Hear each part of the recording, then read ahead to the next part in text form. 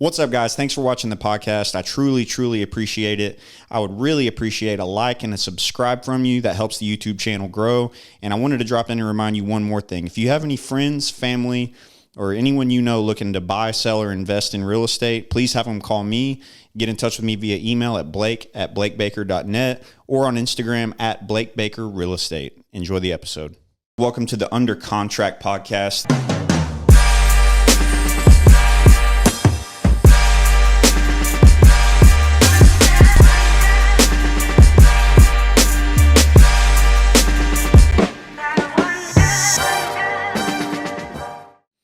Ladies and gentlemen, welcome to the Under Contract podcast. I am here with a new acquaintance I've just met via Facebook, and I was recommended to you by my wife, actually, who works at Great American, Mr. Alberto Medellin. Let's give him a round of applause. But your company is called Medellin Investments. Medellin Investments. Okay. So you specialize in doing flips. Correct me if I'm wrong. Or you? How about you explain what you do? Well, we do mainly buy and hold, but we've done quite a few flips over the last 3 years. So the reason why we do the flips is really to kind of recoup or recover some of the capital that we leave in some of these buy and holds. Like we have some Airbnbs in Galveston. We have some long-term rentals in Houston, League City, Hitchcock, and then we've done flips in Texas City and Galveston mainly. Okay, so you buy them and then either flip them or fix them up and then rent them out? Correct. Okay. Yeah. So like I was saying, like kind of right before the podcast, this was my big question for this as far as, especially with rentals, because, you know, when I got in the business in 2017, you could buy a house for $100 a square foot and rent it for about $1 a square foot, which is kind of the return you're looking for. But over the last couple of years with prices just going up, I've seen a lot of investors grossly overpay for rentals. There's one, for example, that sticks out in my mind that I sold. It was over in Old Pasadena. I think it was a 3-bed, 2-bath, 1,350 square feet. So, you know, that's going to rent for $1,350 to $1,500 maybe. They paid $180,000 for it. And I'm just like, why are you doing this? I mean, you could put the money in CDs and make a better return. What is your solution to kind of make it make sense?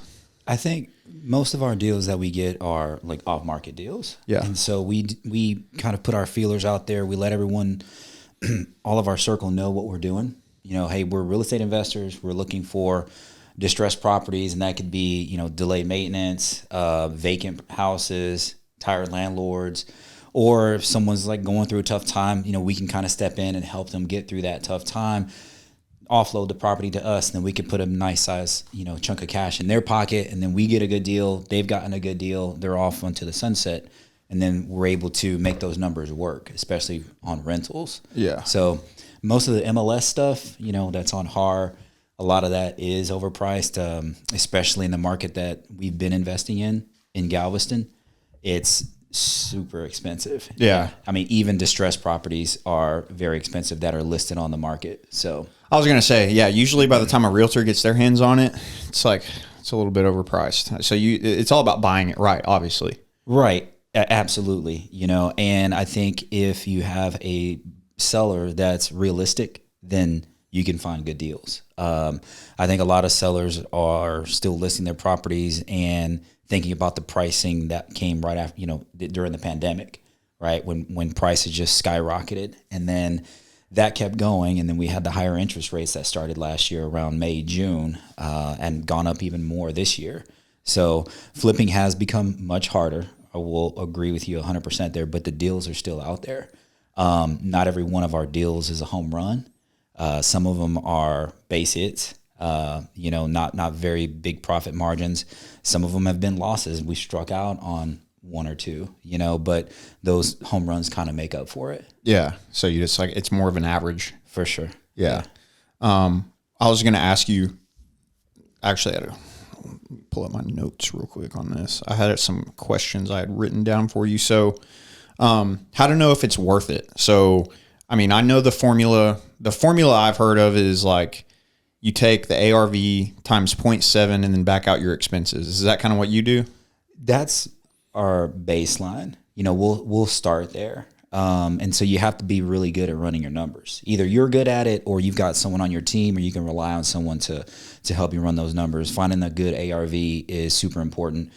I think that's one of the most important numbers, and then your renovation costs. But you can get that ARV wrong because you're looking at trailing data, and is the market going up? Is it going down? Is it going to stay the same? And we can't really time it. You're just taking a best guess. We're usually very conservative with our ARVs because we don't want to overpay.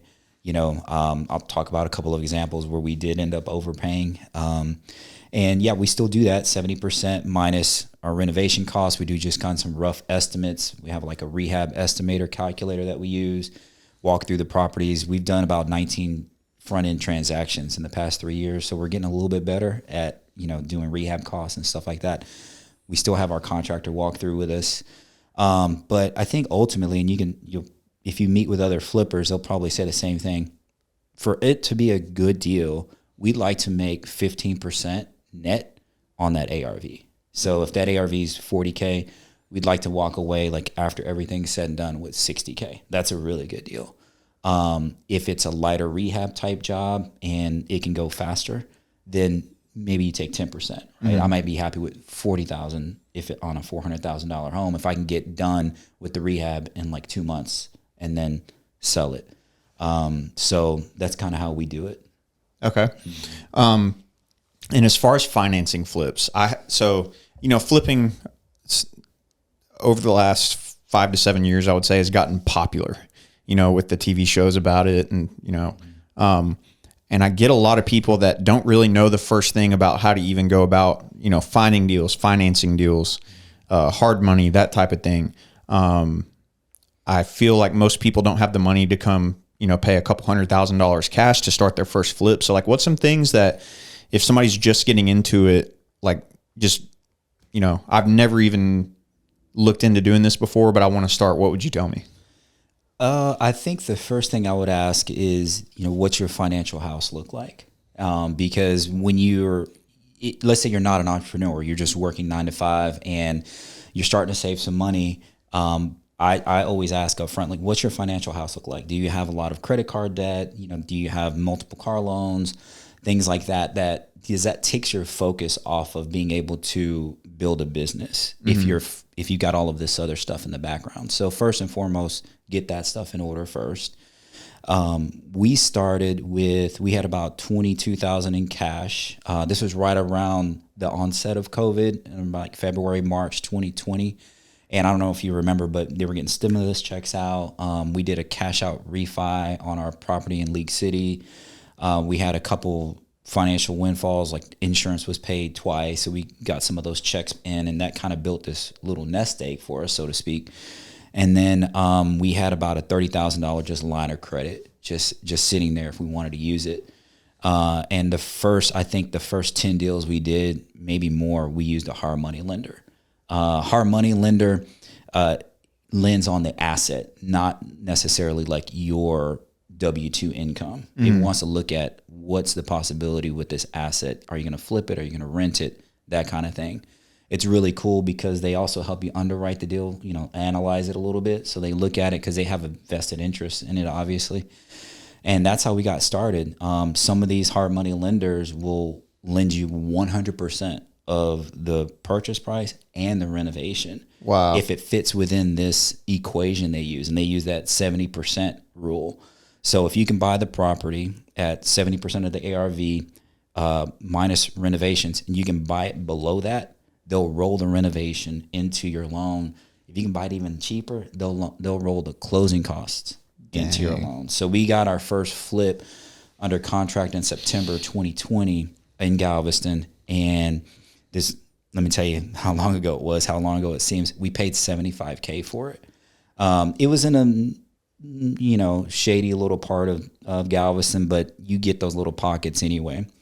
And our renovation budget, I think, was about $70K. It was a full gut. We're replacing everything: roof, foundation, siding, windows, like electrical, plumbing, everything. We're building a garage in the back. That was one of the benefits too, or one of the advantages of this property. Is a longer lot, and because we were able to get it so inexpensively, and our budget was where it was, I think we got it appraised at like 215, 220, something like that. So we ended up bringing, I think, like 13K to the table, and that's awesome, right? Yeah. So you've got this $150,000 loan, you're bringing less than 10% to the table, and your renovation costs are covered in that loan. And we just did that, just rinse and repeat, even on properties that we keep. I mean, you've heard of the BRRRR method before, right? I have, but I'm not really familiar with exactly what that is. Right. So that's when you buy a property, you renovate it, you rent it, you refinance it, and then you repeat the process. So it's like a B with 4 R's. But during that refinance process, you've forced so much appreciation, right? You've added so much value to the house that it appraises much higher than what it was originally worth. And a lot of these lenders nowadays, they'll loan up to 75% of that new appraised value, and you can get all of your money back out. So you pay off your hard money lender, any overages, out of pocket expenses, you can get that out, and you just rinse and repeat. So remember I told you we started with $25K, and then we had this $30,000 line of credit. We own 10 properties now, and we've done, I think, 5 or 6 flips, and that's what we started with. So back to your original question, right? Like, what does someone who's just getting started, what do they need? You don't really need a lot. I think having your financial house in order and getting educated, whether that's connecting in with meetups, listening to podcasts like yours and others out there, Bigger Pockets. We connected in that community right away. And then we actually hired a mentor, a coach. So that's what really kind of helped us move a lot faster. Yeah. And trying to do it on our own. So this is something y'all wake up every morning and go try to do. I mean, I do now. Yeah, I do now. So I quit my W-2 job a year ago. Wow. Yeah. So my wife still works. She's works for a contractor at NASA. She loves her job. She's really, really good at it. She's my sugar mama. So, but it works out, and, I'm there finding the deals, handling the financing part of it, handling the renovation part of it. And then she steps in with all of the design of all the properties. So that's how we team up. That's cool, man. Yeah. It's kind of like me and my wife, except we're on the other side of the deal, selling and doing the title work. So it works out. I would love to hear some of your stories of some of your best wins and some of your losses, because it's not always sunshine and rainbows in the real estate world. People only tend to see the wins on TV and on social media and everything, but give us some real world examples of kind of what you've seen and been through. Yeah, sure. And all of these stories, they have these little nuggets, these lessons that we've learned along the way. And some of them we learn over and over again. I'm hard-headed. But I think one of our biggest wins, we've had a flip that we ended up, like, once we recouped our money, I think we made like $40K on it. And we sold the house for, I think it was $243.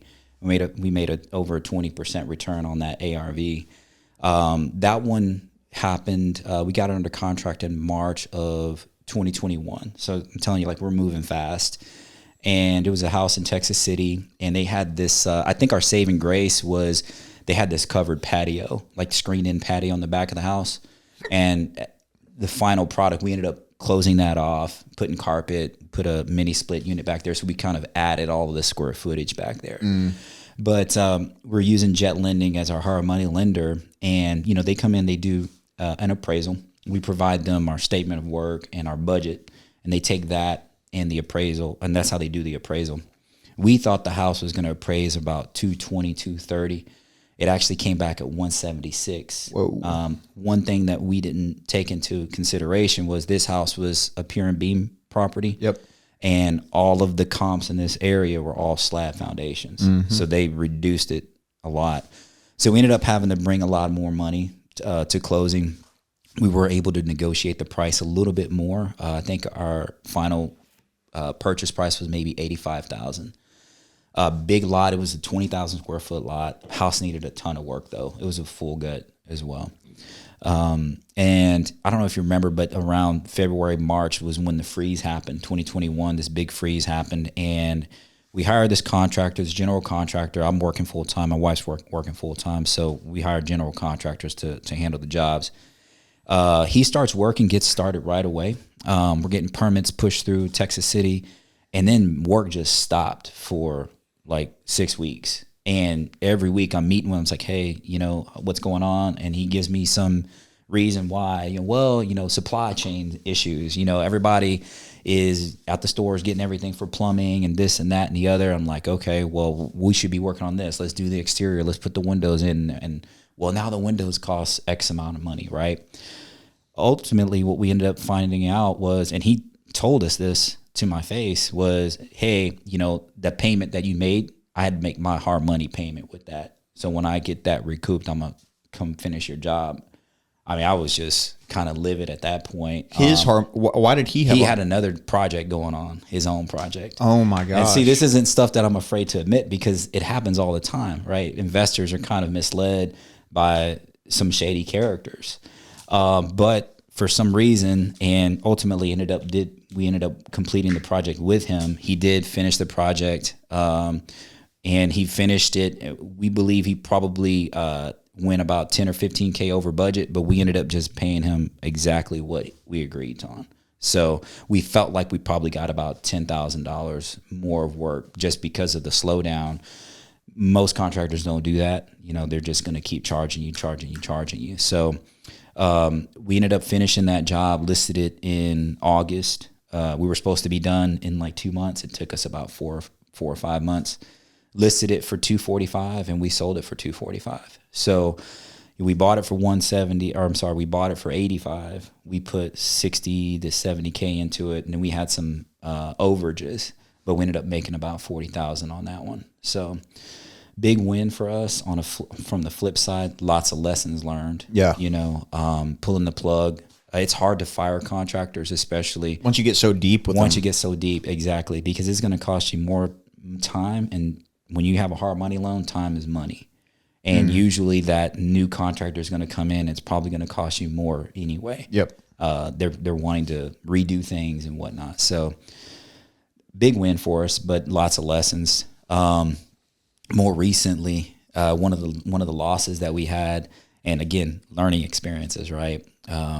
We hooked up with this wholesaler, and I don't buy too many properties from wholesalers because wholesalers tend to overestimate or overinflate the ARV, and then they'll underestimate renovation costs, and they kind of create this fake spread. Yeah. So explain to people who don't know what a wholesaler is. So what a wholesaler is what they do is they go out and they find usually off-market properties that are in some kind of distress, right? Like I mentioned before, delay maintenance, or maybe it's a situation type distress, a death in a family, divorce, foreclosure, whatnot, whatever.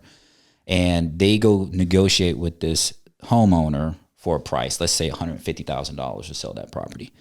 And they get it under contract. And what they do is they then market that contract to investors, to experienced flippers, buy and hold investors, or even other wholesalers.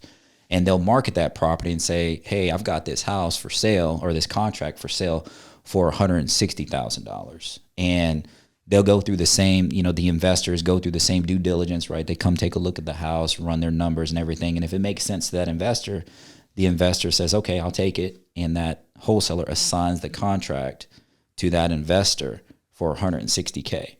And whenever you close, the homeowner gets their $150, and then the wholesaler gets their $10, right? And then this investor pays that $160 total. So that's, in a nutshell, that's what a wholesaler does. How they market the property is they run their numbers. I air quote that because a lot of wholesalers, like I said, are they overinflate their ARV and then underestimate their renovations, and it just creates this false spread. And for an inexperienced investor, they might say, oh man, that looks like a good deal, right? And they trust that underwriting that wholesaler did. Trust but verify, man. You have to go back. The old Russian proverb, trust but verify. Yeah, you have to go back and just rerun your numbers. And that's why it's important too, if you don't know how to do that, is getting connected with people that can help you. Real estate agents can help as well, like find the ARV, run comps and things like that. So anyways, we hooked up with this wholesaler.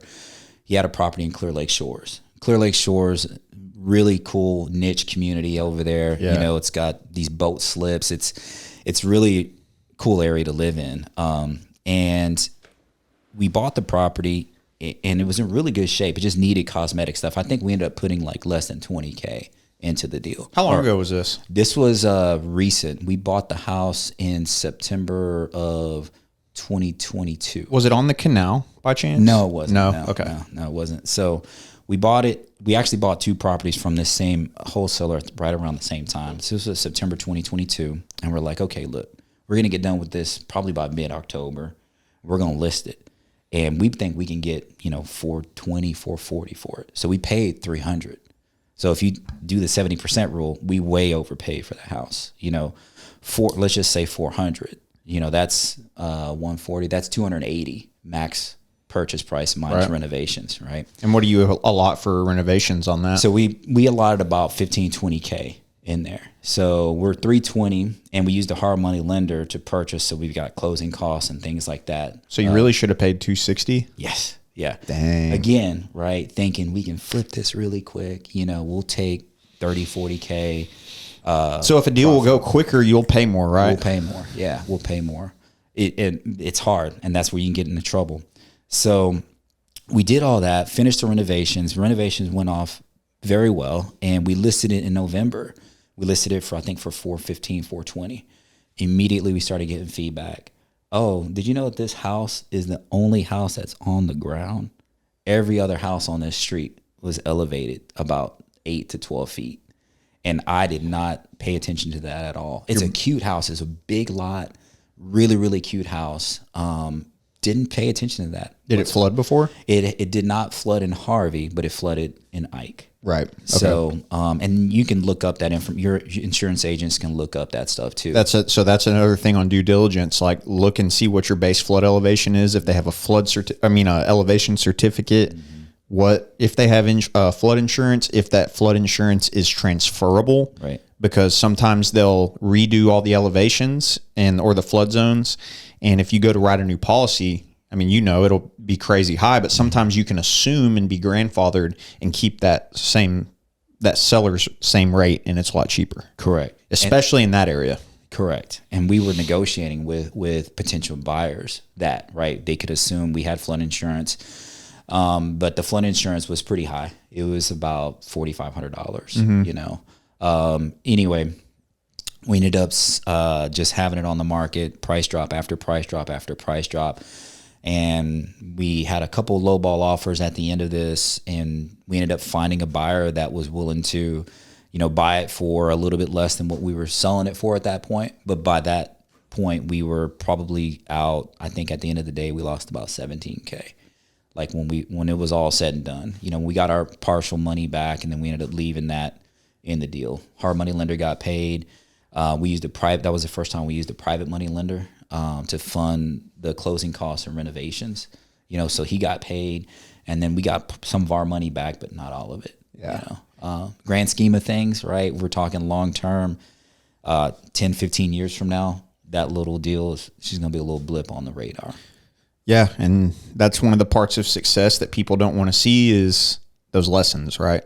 Mm-hmm. So you'll never make that mistake again. No. Like, you talk to somebody who's been doing this for 15, 20 years. You're what? You said you've 3 years. 3 years? Mm-hmm. Imagine what you'll know in 10 years. Oh, yeah, for sure. Yeah. It's every time we have conversations with people, we learn these lessons.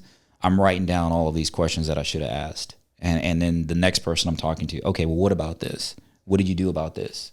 What are you doing? Let me look at the flood zone. We look at the flood zone regardless of where we're buying anyway. But you're right. They are updated periodically. We get elevation certs everywhere we go. If we're in zone AE, we're getting an elevation cert. That'll typically helps lower the flood insurance a little bit. We actually raised the house 2 feet. This property we're doing in Galveston right now, we just listed it, so we'll get a new elevation cert that'll probably lower the flood insurance a little bit more. So just learning those lessons and asking the right questions. Yeah. So y'all more or less have like a checklist every time you go to buy a property. And do you do it like how anybody would buy a house, where you make the offer, you put it under contract, and then you have an option period to do run all your numbers, and then you can come back to the seller and say, hey, here's what we're able to pay. And if they say no, then you just back out. So when they're listed on the MLS, we give ourselves an option period on 99% of every property we put under contract. There may be one or two where we feel really good about the numbers. We've had our contractor walk through as well. He's given us a high level estimate, and to kind of make the offer a little bit look a little bit better to the seller, we'll just let them know, hey, we feel really good about everything. We're not going to renegotiate. This is our number. If you're good with it, we don't need an option. Like we're going to start the process with the title company immediately. And so that makes your offer a little bit stronger. Yeah. But, for the other 99% of those deals, we do put anywhere from 7 to 10 days of due diligence in there. When I'm talking to people for off-market deals, we just have a 2-page contract. There's not a lot of legalese in there, some boilerplate stuff in there, but I sit down with them and go through it, paragraph by paragraph, and let them know, like, this is what will happen if this happens. If this happens, I'll have a 7-day option period. I feel pretty good about my renovation numbers, but I'm gonna have my contractor come take a look. If he's up or down within a certain range, we're good. I can absorb some of that. Mm-hmm. But if I'm way off, then we may have to renegotiate, and then you have the option of also not accepting our new offer and just moving on. Parting as friends. I bet you probably run into some people that are real defensive and like, if you have to come off a price a little bit and they just say no. That's why we try to be really good with our numbers, because people get anchored, right, on that number that you They give definitely them. do. They get anchored, and it's very, very difficult to ask them to come down. It's just human nature. Like in your mind, let's say $150,000 is the number. In their minds, they're already making plans, right? Well, that's going to be paid off, and then we're going to do this and that and this. And that's why we just try to be really, really good with our numbers. I'm not too good at negotiating after the numbers have been given. It's either like, this is going to work, or, I'm going to ask you to come down. If you don't want to, hey, no harm, no foul. We just kind of move on. So, but that doesn't happen very often. Usually our numbers are the ones we end up sticking with. Do you feel wholesalers get that reputation too, where they just seem kind of like, I'm sure there's like anything else, there's good and bad ones, but they just kind of seem like the guy that comes in, grabs the deal, and then make as much spread as they can for doing almost nothing? Yeah. Wholesalers do get a bad rap. Absolutely. And like you mentioned, in any area of investing, there's good and bad. There's good and bad title companies. There's good and bad real estate agents. They're everywhere, right? So with wholesalers, though, they do get this reputation of kind of being like shark kind of people, taking advantage of situations and things like that. I have seen that. But good wholesalers, they are paying for marketing, right? Maybe they're paying for VAs to make cold calls. So they have whatever budget they have. I've heard of some people spending like 30, 40 grand a month on mailers for wholesaling. Yeah. So definitely, right? So they've got a lot of these kind of sunk costs into their business operations. So at the end of the day, if I'm buying something from a wholesaler, and he makes $50,000 assignment fee, I don't care. Like, honestly, as long as the deal works for you, the deal works for me, right? If you were able to get that deal, negotiate with that seller, that price, hey, good for you. You know what I mean? Like, that's your relationship. I have the relationship with you. So, have you ever had a seller get to closing and see the spread and be like, what the hell? No, I've never had that happen. We've even wholesaled a couple deals, maybe 2 or 3. You can kind of get past that with the double closing, so then there you go. Yeah. So then that way, the wholesaler closes with the homeowner, and then the investor closes with the wholesaler. So there's like this. So his money never even hits a wire. Huh. So your money's there already. Yeah. Okay. Yeah. So, yeah. That's funny. Yeah, double closing. Okay. Yeah, double closing. And it's really not, depending on the deal, depending on the title company, it's not really that much additional fees like for the investor, because the investor ends up paying those closing costs twice, but they're not like one for one, like a double. It's usually like maybe one and maybe half of a fee. Okay. So. And then as far as your contractors, how did you go about finding like people you trust? Just trial and error, or did you get some referrals? Right. In the beginning, with this coaching program, mentorship program that we're in, our mentor provided pretty much like a dream team of contractors, lenders, designers, architects, all of these people that we could just tap into immediately. And that was kind of like a big part of, one of the main reasons why we joined that particular program. And so we used that general contractor on that dream team for our first 2 deals. One, like I told you, that first flip in Galveston was a full gut. And then we had another property we bought for, like, the house was almost falling down and we probably should have rebuilt it, but we ended up making a really good rental out of it. Wow. So sometimes it's worth it to just knock it down and rebuild. We haven't done that before, but at the end of some of these projects, I think to myself, and I told my wife, I said, you know what, it might have been cheaper if we would have just kind of wiped this thing clean and just started over. But that original contractor, he did our first couple of deals with us, and then through referrals, we found these other contractors, and we kind of just did on that one job I told you in Texas City where this guy was using our payment to pay his hard money loan. Like, we weren't going to do another deal with him anymore. And so through referral, here's another lesson, right? Through referral, we hired another contractor, and we had 3 properties under contract around the same time. 2 off the MLS, and 1 was a off-market deal. And 2 of them were right next to each other. So we're like, okay, well, how about you start on this one? We were closing on these other 2, and why don't you just give me a bid on all 3? It's a big mistake, because what that does is you kind of putting all of your eggs in one basket. Yep. What if you have to fire this guy? Then you have to find new contractors for 3 jobs, right? Guess what happened? You had to fire him. We had to fire this guy. So why? Well, I don't think he was as knowledgeable about, like, windstorm type regulations and things like that in Galveston. We did our first flip, not permitted, which we disclose, of course, but this one, we said we need to get a permit for this one. So we started work before I went to get the permit. And of course, like, day 1, we got red tagged. And I think sometimes, I don't know if Galveston is guilty of this, but some towns, like, they'll have people that they could be city workers, right? Like, let's say a sanitation or city street work, working on streets. They get paid a commission sometimes to, if they see a dumpster and there's not a permit, they'll call the building division or permit office. I've seen that happen before. It happened to us in Hitchcock as well. So anyways, it took us like a month to get this permit for this property, because we were just, we're raising, it had a low slope roof. We're raising that up to make it even with the rest of the house. We had to get structural engineer to sign off on everything. And so that took a little bit of time.